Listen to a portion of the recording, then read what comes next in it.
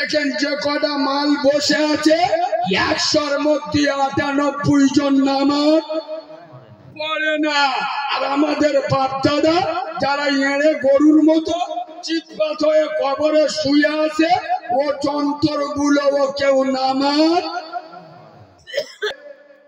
যে সমস্ত মুসলমানের ছানারা, যে সমস্ত মুসলমানের বাচ্চারা কাঁচি খুব বেলেট নিয়ে দাড়ি চাঁচল, ওরা দাড়ি চাঁচল না, ওরা আমি আমেনার লাল রসুল খোদা আব্দুল্লাহর বেটা আব্দুল মুত্তালিবের নাতি, আমি নবী মুস্তাফা, আমার গলায় ছুরি চালালো। কোথায় ওয়াজ করব? কিছু কিছু মাল আবার আমার বলে কারিমুল্লাহ কোরআন হাদিস বেশি বলেন, খালি বাস্তববাদী কথা বলে। এই কাওড়া ফ্রি ফায়ার খেলা মালগুলো কোরআন হাদিসের কিছু বুঝবে? যারা 60 বছর জলসা শুনে আগুনে নামাজ পড়ে না, যারা বাম্মার ভাত দেয় না, এদের কোরআন হাদিস শোনানো আর উলুবনে মুক্ত ছড়ানো দুটো সমান সমান। রাসূলুল্লাহ বলে যাচ্ছেন, যারা দাড়ি চাঁচুল তারা আমার গলায় ছুরি চালালো। আগো যে জাতি নবীর গলায় ছুরি চালায়, এ জাতির নামাজ কবুল হবে? কথা বলে না। নবীর গলায় যারা ছুরি চালায়, এদের রোজা কবুল হবে? এদের হজ কবুল হবে? উম্মতে মুহাম্মদ গোশত খায়, ছোটবেলায় চাট কেটে দিয়ে উম্মতে মুহাম্মদ ধরলি ধুলো কত আব্বা ওয়াজ পড়া হয়ে যাচ্ছে, বলবে তো সেরকম চালাবো, পড়া হয়ে যাচ্ছে। হক কথা বলবো না। এই শোনে, আপনার বাপের পা কেটে গেছে। কি কেটে গেছে? আর ডাক্তার এদিকে দেখাও, কিছু দিতে হবে, মশা আমার চুমো খেয়ে চলে যাবে, দাঁড়াও না। ঠিক আছে, আপনার বাপের পা কেটে গেছে আর ডাক্তার অপারেশন করতে হাতে কেটে গেছে। কোথায়? কথা বলো। পায়ে। ডাক্তার অপারেশন করছে কোথায়? ও মাল সারবে না সরবে? কেটে গেছে পায়ে, অপারেশন করতে হবে পা। এই মুসলমানের বাচ্চারা, খিরিশকালীর যুবক জওয়ানেরা, আমি কারিমুল্লাহ জবাব চাই, জবাব দাও। জবাব তোমাদের দিতে হবে। আজ মুসলিম সমাজে মক্খর বেড়েছে না কমেছে? গাঁজাখোর মাল বেড়েছে না কমেছে? সুদখোর বেড়েছে না কমেছে? চেনাখোর বেড়েছে না কমেছে? বেনামাজি বেড়েছে না কমেছে? বাম্মার উপরে অত্যাচার বেড়েছে না কমেছে? আর আমাদের মৌলবীরা এসে বাবারা বাবা, ও মুসলমানের ছেলেরা, ও যুবকেরা, জওয়ানেরা, পীরানে পীর, ভারতবর্ষে শ্রেষ্ঠ পীর খাজা মঈনুদ্দিন চিশতি আজমিরি রহমাতুল্লাহ আলাইহ 1 লোটা পানি আনা সাগর তেলেছে বাবা। ও বাবারা, আনা সাগর পুরো শুকিয়ে গেছে। এ মাল বসো, সুবহানাল্লাহ সুবহান ফেরেশতা বলে শালা তার কেটে গেল, চোখ বুড়ো হয়ে গেছে। খাজা বাবা 1 লোটা পানি নেছে, গোটা আনা সাগর। এ বাবু, আমি একটা প্রশ্ন করি, আপনারা জ্ঞানী লোক, বুঝে বলুন তো, খাজা বাবা যে 1 লোটা পানি আনা সাগরতে তুলেছিল, আচ্ছা বা ওই পানিটা নিয়ে খাজা বাবা কি করেছিল? মেয়ের বিয়ে দিয়েছিল? কথা বলে না কেন? ওই পানিটা নিয়ে কি করেছিল? উজু করেছিল। তুই চিটিং বাস দিন একবার উজু করিস? তুই সপ্তাহে একবার উজু করিস?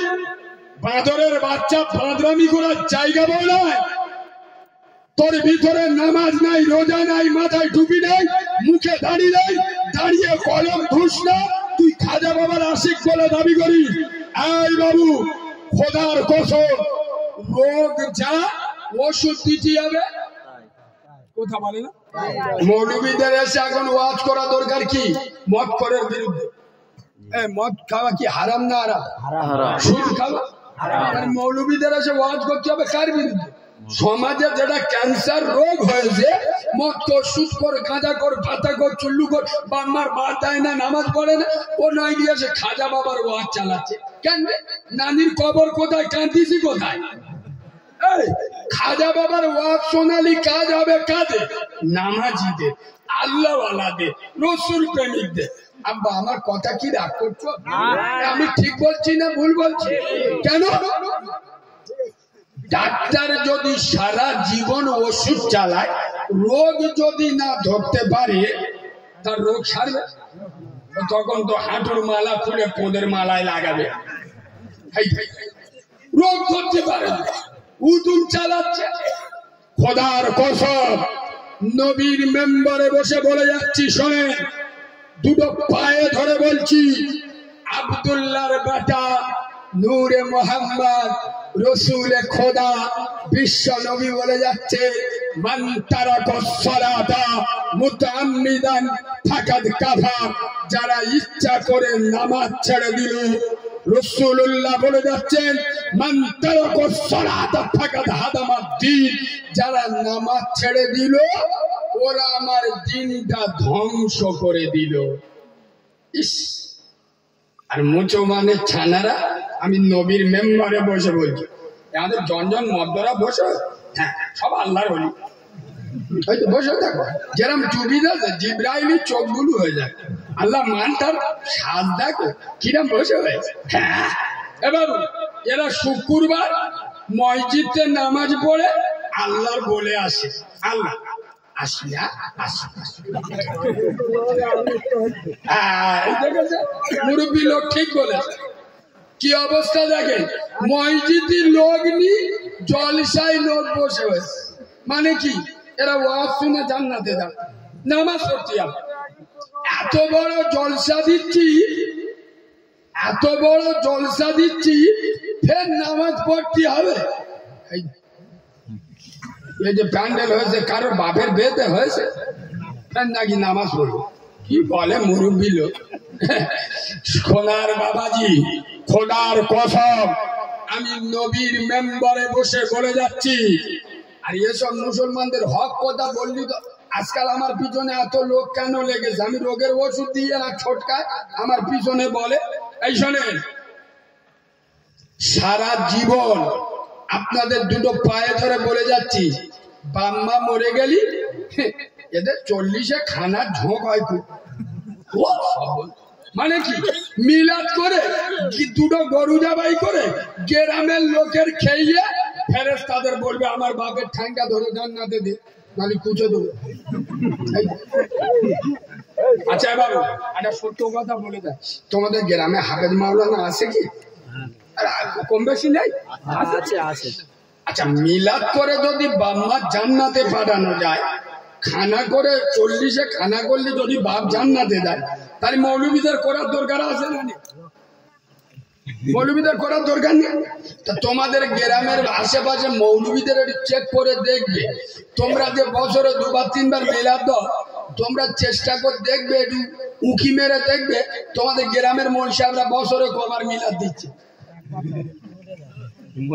মোটে দেয় না? তোমাদের অত ঝোঁক কেন? তোমরা মৌলবীদের চেয়ে বেশি বোঝো।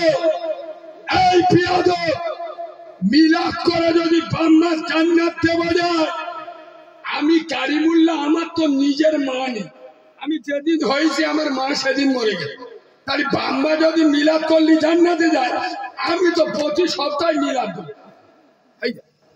আমি তো প্রতি সপ্তাহে মিলাদ দেব। মুখে পানি লাই না, এখন তো নামাজ পড়ে না। খোদার কসম, নবীর মেম্বারে বসে বলে যাচ্ছি, আমি মৌলবী আলাদা। এই শোনে, তোমরা আমাকে 12,000 দেবে বলে আমি স্টেজে উঠে বলবো, আল্লাহ এক কাজ করো, খিরিশখালীর লোকেরা খুব ভালো, আল্লাহ এদের জান্নাত দাও, এদের বাম্মারও জান্নাত দাও। ফেরেশতা এসে বলে, আল্লাহ আদলা ইটাটা পুণ্য মতো এনিস, শালার মাথায় ঝাড়বো নাকি বলো? এই পিয়াদমের মাথা, এই তুই আমার নবীর থেকে বড় মৌলবী? আই আব্বা, আমরা মৌলবীরা যে যত মুস্তানি দিয়ে ওয়াজ করি, আমরা আমার নবীর থেকে বড় মৌলবী? আস্তাগফিরুল্লাহ। পৃথিবীর সব থেকে বড় মাওলানা।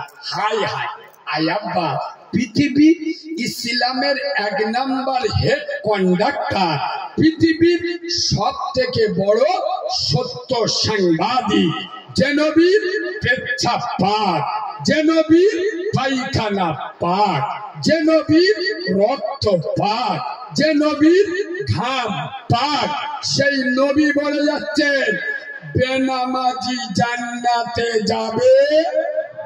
জোরে বলো, যাবে না। আমি মৌলবী 12,000-এর লোভে স্টেজে উঠে বলছি, আল্লাহ এদের জান্নাত ছাড়া জাহান্নাম দেবে না। আল্লাহ এসে বলবে, মৌলবী হাত লাবা, শালা তোকেও ধুনবো, তোর বাপকে ছাড়বো না। কেন? আমার নবী বলেছে বেনামাজি জান্নাতে যাবে